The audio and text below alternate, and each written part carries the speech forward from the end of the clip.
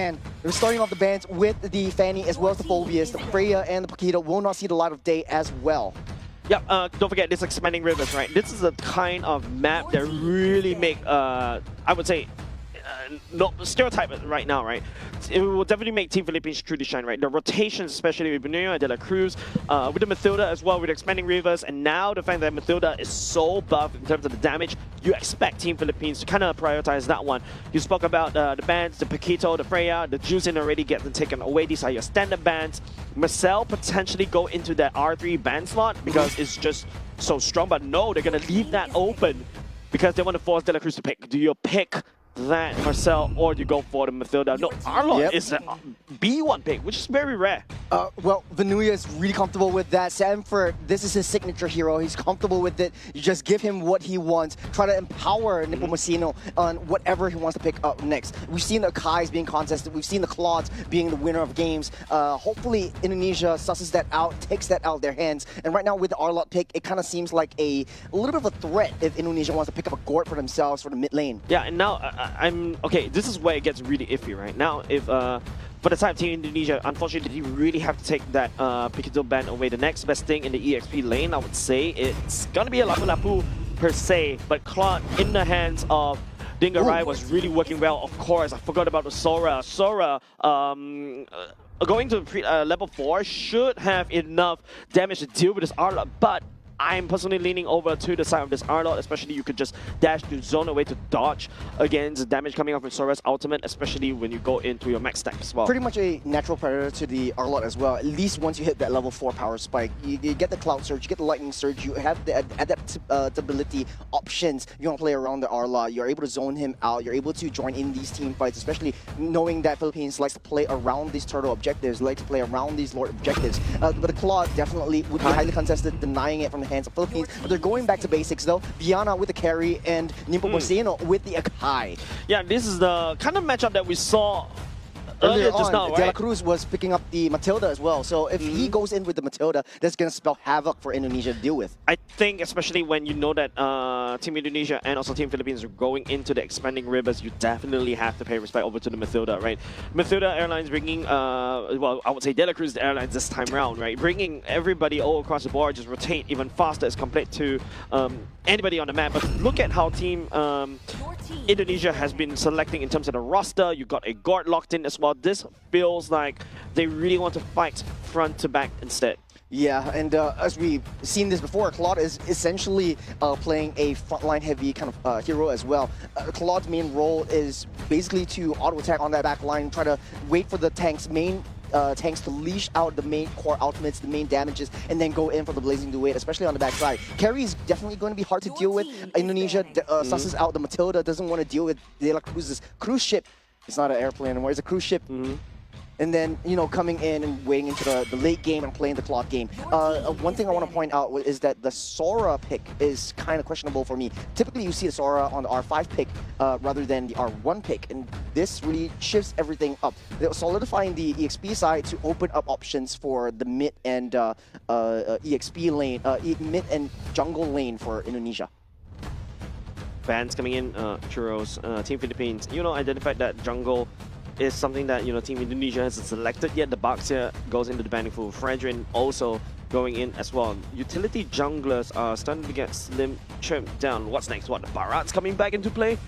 Potentially. I mean, you never know with these two teams, but if anyone would be taking the Barats, would be Philippines themselves. That could be the Leomar getting banned out, unless you want to try a little bit more you know, high critical mass, you go for the Suyo, and then you just steamroll over Philippines. Yeah, I think Leomar is definitely one of the technically, unfortunately, in my mind, no matter how I see Leomar is that utility. Oh yeah, I forgot about the Guinevere. I'm so sorry. Yeah, Guinevere, technically speaking, getting removed away, but that means that, you know, you got your Leomar open that you decide of Team Indonesia could go for. But I think right now they may just quickly snap pick the roam here. I think that's the prize commodity between these two teams. The Atlas, something that Alex and they play earlier just now looks really good, and especially into the stack. The Atlas Fatal Links into the Sora Ultimate, I think that is just stonks of CC. Yeah, they played this once before. I remember in the previous matchup against Malaysia, they've pulled out the Atlas and the Sora once.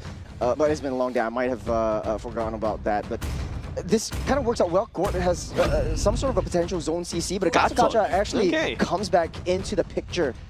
I like the fact that earlier just now we were saying that, hey, we haven't seen Gacha in a long while. And then Bellamy picks it up from Singapore. Yeah, for Team Singapore. And now Team Indonesia taking a bit of a lead from that one.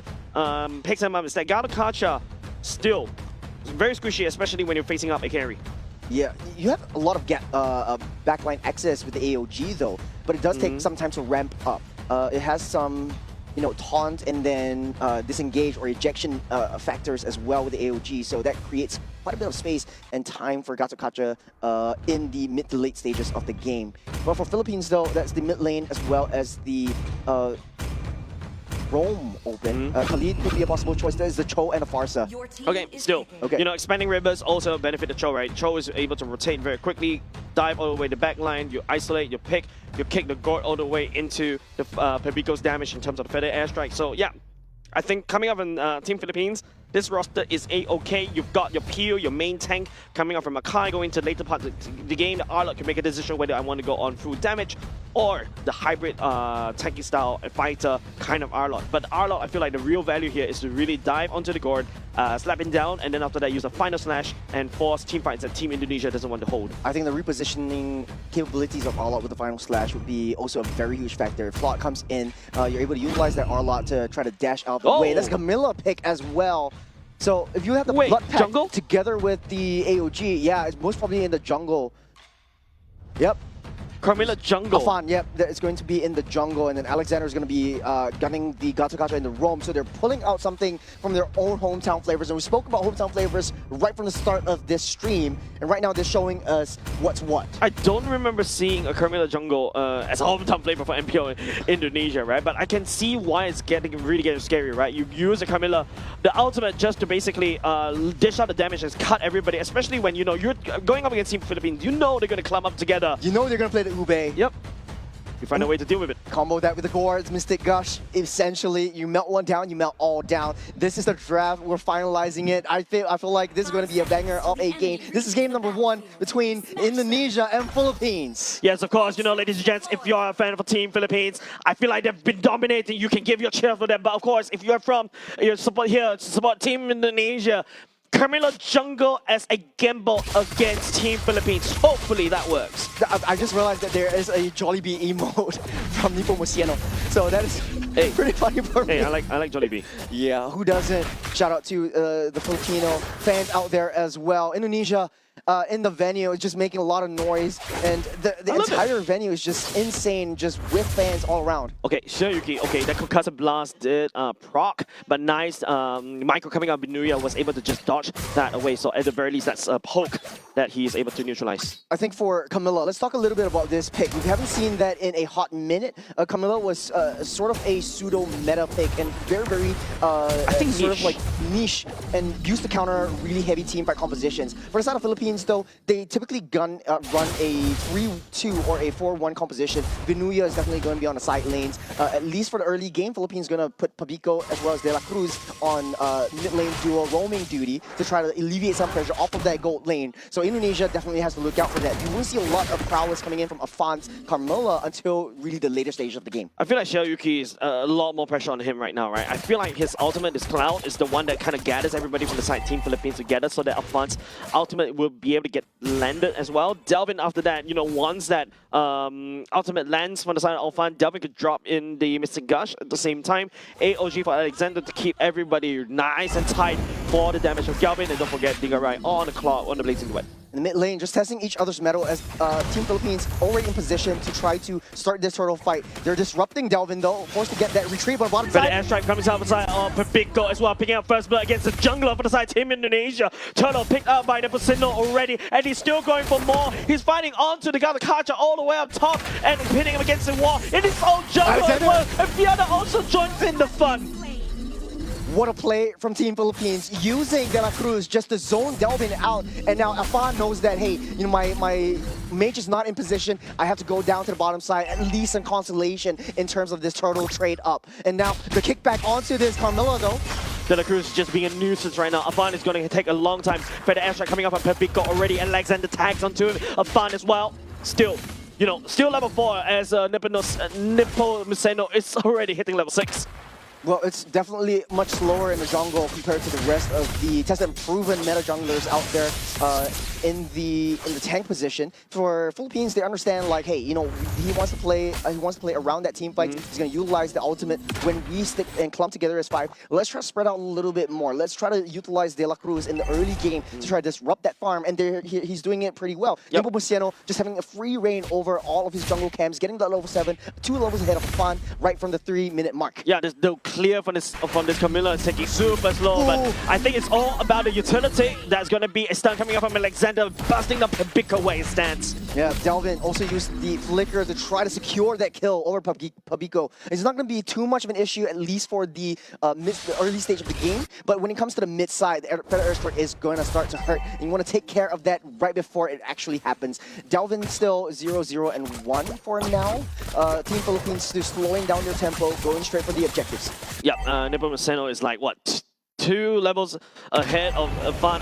This means that, you know, you got more damage in the Turtle Retribution. So, yeah, like a Fan right now. Do you really try to contest this Lord from Nepomuceno? I think you have to give it up unless you want to try put on a blood pack, but De La Cruz is not going to let that happen. Alexander targeting on the Pabiko as well, and now leave his own team high and dry right here. Oh, here comes the ultimate coming out from the side of Fan as well. Predator Airstrike coming in from the side of Pabiko. Is also Alexander tagging onto the taunt coming out of Pabiko. Viana joining in the kill onto him. Nepomuceno down, Alexander and Delvin and Sioki as well. Vinuya is just wrecking havoc. So is Viana as well. 3 members down, but De La Cruz just keeping Fan busy. Everything started with Nepomuceno just taking down that turtle and setting his sights onto the bottom side. Xiaoki was in the position. Fan was laying down that blood pack to try to stop that approach, but in the mid-stage of the game, 5-minute mark, taking out the T1 that opens up so much for Philippines. Churros, there was an idea right there coming up from Fan. It kind of worked. Until it doesn't. Just the damage wasn't enough. Delvin was being kept busy by De La Cruz. Yeah. So how do you deal with the gore? So let's take a little replay to see what really went down. De La Cruz was already together with Vinuya. He's getting trapped up, but even though they tried to escape, Xiaoki was right there and then trying to push Vinuya away. So Vinuya has 2 jobs: try to disengage, try to reposition the rest of Indonesia, but also to try to disrupt that backline EXP so that Pabiko and Viana, if they come in for those team fights, this pesky team fights, they won't get annoyed. But if you can notice, right, Dingarai is also doing a lot of damage on the Blazing Duet early on, but Viana picking up 2 kills earlier definitely means that, you know, Viana is a more stable position to start to snowball out of control. De La Cruz, wow, he's an agent in the dark against Team Indonesia right now. Immediately, Dingarai sees it, backs off. Well, this is a great choice. That's farming time denied.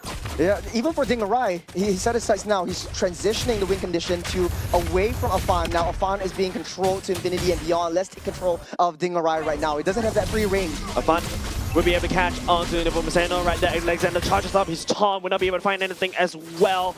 Vinuya just tempting, just dancing around with the vengeance. Looking at Team Indonesia for now. Fan tagging onto Vinuya. There's also going to be the mistake. Gush coming in for the side De La Cruz right there, denying for the side Del Kelvin, and now Delvin is going to get kicked, and Fan will be able to find onto the damage with Vinuya as well. Those blood pack is starting to hurt. Great blood pack, great counter engage, but Indonesia, it's not over yet. The damage coming up from Pabiko there, not only just that, De La Cruz and then Nepomuceno peels for Pabiko. Delvin couldn't even play the game at all.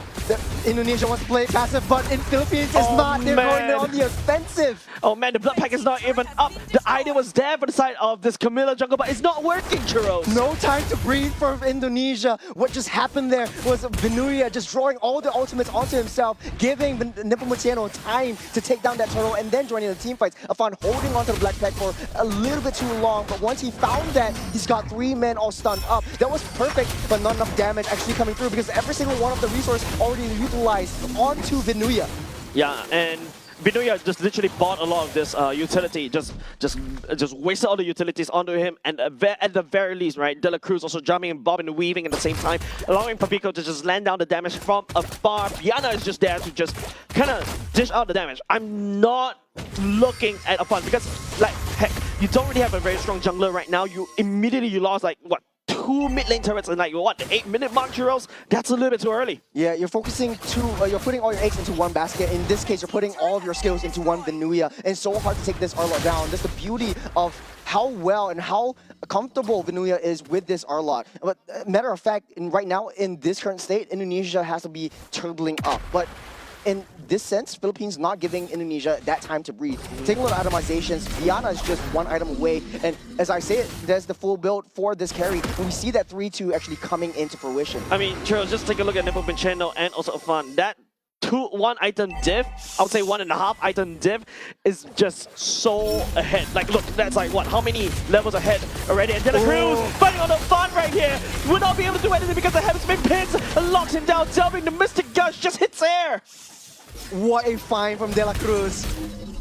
That was a perfect pickup. Lord just spawned up. No jungle for Indonesia. It's back to the drawing board. It's back to the base defense. Dingarai trying his best. Churros. Might be able to be disrupted though. Churros, that's a 4-level difference between the junglers.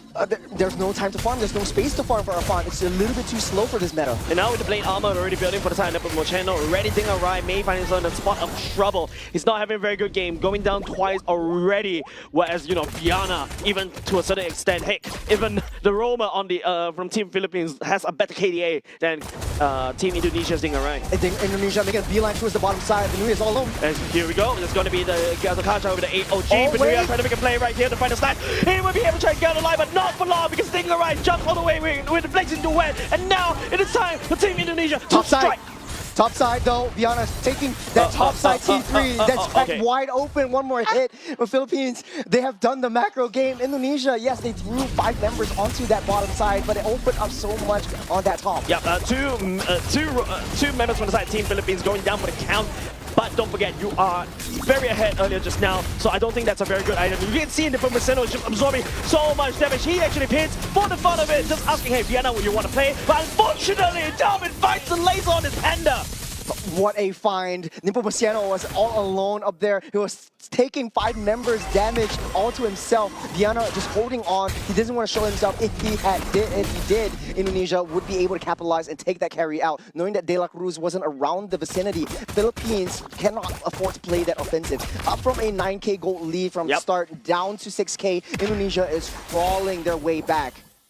Don't forget, 5-level difference between the junglers. Man, that retreat button definitely looked really juicy for the side of Pomoceno as we go back into this instant replay. Venuya is just mechanical prowess, and Papico came in the nick of time, but the BMI was able to bring him out. That was just 5 members, but utilizing every single one of their resources, every single one of the ultimates, just to get 2 kills off the board. That's how desperate Indonesia is to stay afloat. But maybe that 2 kills is kind of worth it, right? Especially when there was almost like a 9K gold lead in the favor of Team Philippines earlier just now. Team Indonesia, I think like if why bother keeping your ultimates? Just pour it onto one person. At the very least, hopefully, you know, you get that springboard to make sure Dingarai gets necessary items. Delvin also starts to do a lot of damage in terms of the Mystic Gush as well. That's the beauty of Philippines.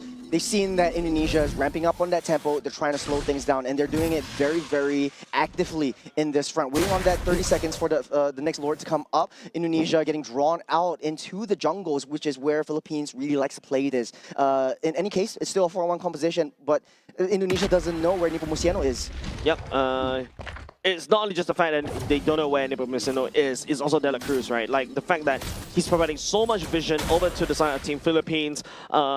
Team Indonesia cannot also step into any random bushes as well. If not, you know, De La Cruz will be there to try to land a kick right into allowing Viana to pick off, Pabico to pick off as well. And, you know, Team Indonesia definitely feeling a little bit PTSD from that. There's the mind games that De La Cruz is playing. They're forcing in the engage onto the Lord. It will blitz it down. Indonesia has no chance to respond to that. On that top side, though, De La Cruz trying to find an angle, a flank, or anything at all. But close but no cigar. Philippines will just take the objective and get out of the way. Yeah, right now it's just, you know, how Team Philippines end this game, right? Team Indonesia earlier just now, they know they're not in no condition to fight. 7K goal lead at this juncture. Not only just the fact that 7K gold lead, that 7K gold lead goes into the likes of the carry, the likes of this Farsa. Technically speaking, Venuya on this R-Lot also does quite a punch as well. You saw how, you know, he's a bit slippery. Team Indonesia needs to commit a lot of resources just for that. Cho, tanky enough. I think in this late game mark, De La Cruz shouldn't make any mistakes at all, but taking a look over the side of Indonesia, a very defensive build coming up from the entirety of Team Indonesia, especially for the Camilla. You have that defensive capability. Damn it. Venuya, absorbing quite a lot of him, even a Mystic Gush as well. Pomoceno using Heavy Spin, but don't forget, there's also a Lord marching all the way top. Team Indonesia, you have to go back and defend. Don't forget about the Lord, there's watching it, and this is when Team Philippines is more than happy to handshake these fights. What a mind games. They're pulling Indonesia where the Lord has free reign over this throne. And now it's just Team Philippines just going to find a win right here. They do have a bit of minutes, and it's just wave after wave of minutes. Just watching it, Team Indonesia as Team Philippines picks up game number 1. Extremely dominant